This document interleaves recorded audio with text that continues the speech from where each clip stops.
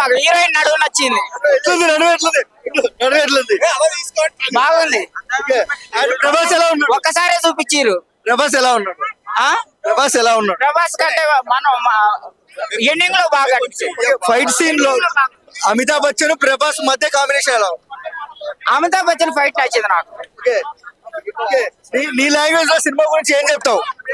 Hitech cinema, hitech cinema అందరికి అర్థం కాదు, సాఫ్ట్వేర్ లకు అర్థమవుతుంది. నాకైతే అర్థం కాలేదు.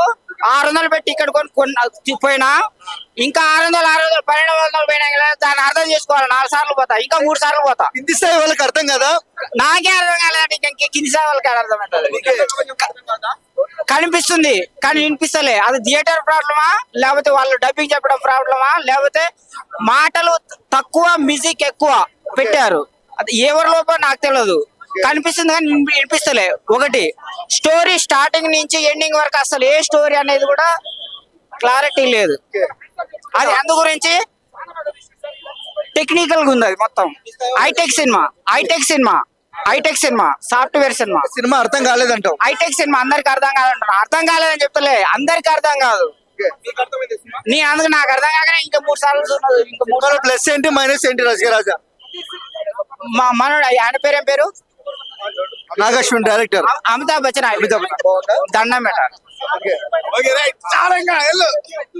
ఆర్జీవి గారు ఉన్నారు, ఆయన ఎందుకున్నాడో నాకు అర్థం కాలే. రాజమౌళి గారు ఉన్నారు, ఆయన ఎందుకున్నాడో నాకు అర్థం కాలే. మళ్ళా విజయ్ దేవరకొండను పెట్టారు, పెట్టకుంటే వేరే ఆయన పెట్టే బాగుంటుండే. కనీసం డబ్బింగ్ అలా వేరే వాళ్ళతో చెప్పిస్తే బాగుంటుండే. నీ స్టైల్లో ఒక డైలాగ్ చెప్పు కల్కి గురించి.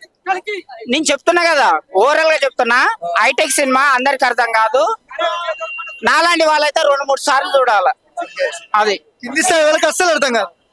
నాకే అర్థం కాలే. ఇంకా కింది నేను మధ్యలో ఉన్నా,